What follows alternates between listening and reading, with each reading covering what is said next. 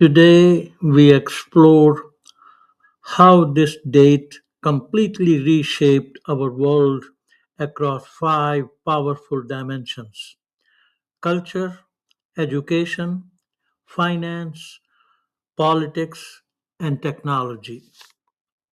This day proves that history never rests.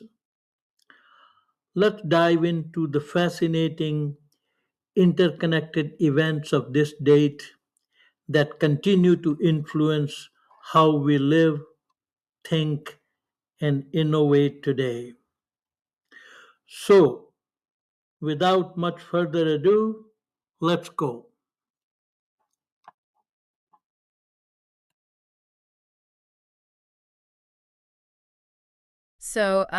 Imagine just throwing a dart at a calendar and you accidentally hit the exact day that humanity struck oil Oh, wow. and invented the jet engine and tried to legally outlaw war. All on the same day? All on the exact same date, yeah. So today's deep dive is, well, we're looking at August 27th.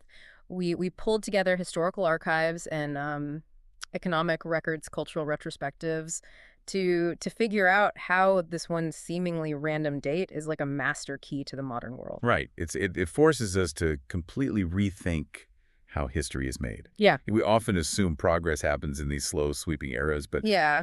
but slicing through a cross-section like August 27th, it reveals how rapidly everything can change, Right. sometimes literally in the exact same afternoon. Well, let's start with the literal engine of all this progress. Right. August 27, 1859. Okay. Colonel Edwin Drake successfully drills the first U.S. oil well in Pennsylvania. Which is wild because before this, people were literally hunting whales to light their lamps. Exactly. They're using whale oil. And Drake figures out this mechanism to pump it efficiently from the earth. And overnight, you just have the spark of the modern industrial boom. Right, and that boom, it completely rewired the global economy.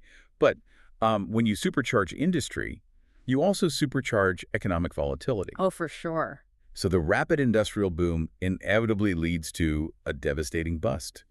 You fast forward to August 27, 1894, and the U.S. is just drowning in the panic of 1893. The banking crisis. Yeah, banks are failing, and unemployment is just catastrophic. So to try and fix this frozen economy, Congress passes the Wilson-Gorman Tariff Act. Because back then, the government didn't fund itself through income taxes. Right, they didn't have that yet. It relied almost entirely on tariffs, so taxes on imported goods. To stimulate trade, they slashed those tariffs on imports like coal and iron. But doing that blew a massive hole in the federal budget. Right, they lost their main source of money. So they needed a replacement revenue stream, like immediately.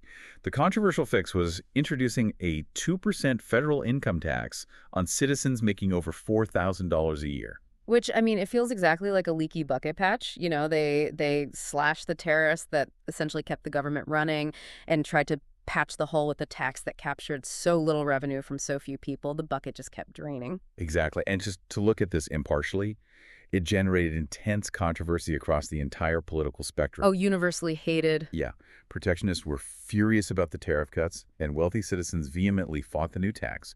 The Supreme Court actually stepped in and ruled the income tax unconstitutional just a year later in 1895, Wow. forcing the government to scramble for funding until the 16th Amendment legalized it decades later. It's crazy. And economic desperation often bleeds directly into geopolitical tension, which brings us to another theme. August 27th is this massive tug of war between peace and conflict. And while global diplomacy was collapsing that very day, technology was violently leaping forward. On that exact same day, in 1939, Hans von Ohain's Heinkel, He-178 takes flight, Wow. the world's first jet plane. The mechanism of air combat changed forever in that single flight. Jet propulsion meant planes could fly faster and higher than previously imagined, instantly militarizing the skies in a whole new way. Right. And adding another layer to this era of conflict, future U.S. President Lyndon B. Johnson, whose legacy would be heavily defined by wartime escalation in Vietnam, was also born on this day back in 1908. It's all connected, but that same jet propulsion technology eventually pushes humanity out of the atmosphere entirely. Because August 27, 1962, the U.S. launches Mariner 2, the very first space probe to reach Venus. The ambition shifts from conquering Earth to exploring the solar system. By August 27, 1984, President Ronald Reagan pushes this boundary into education, announcing that the first ordinary citizen to go into space will be a teacher. Oh, wow. which is a profoundly inspirational milestone, eventually filled by Krista McAuliffe, who tragically died in the Challenger disaster. The extremes of achievement and tragedy. And we see that on Earth, too. August 27, 1967 marks the accidental drug overdose of Brian Epstein. The Beatles manager. Yeah, the visionary manager who launched the Beatles. His death fractured the band's trajectory and stands as a somber cultural marker for the decade.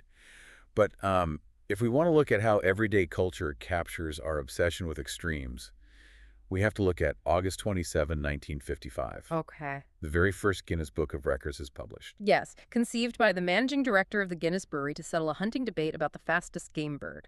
They printed 50,000 copies, specifically binding them with waterproof covers to survive pub spills. That's amazing. It's basically the 1950s version of a smartphone search engine designed entirely to settle drunken bar bets. But it perfectly distills our innate curiosity. Whether we are launching probes to Venus, designing jet engines, or just arguing over bird speeds in a pub, we are relentlessly driven to find out what the absolute limit is. I love that. And it really makes you think, if one random date like August 27th holds the birth of the oil industry, the jet age, and the concept of an income tax, what unseen, world-altering historical pivot might be happening quietly in the background on this very day?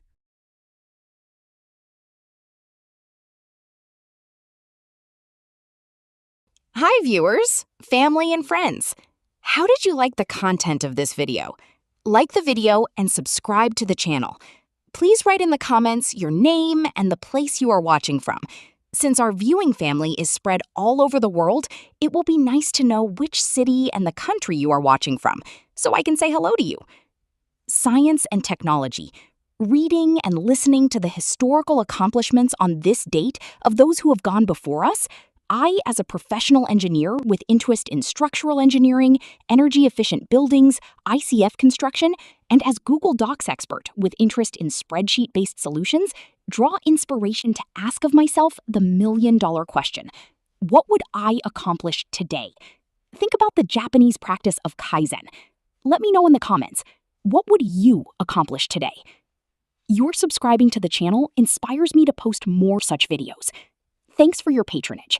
See you in the next video. Sincerely, Yogi Anand.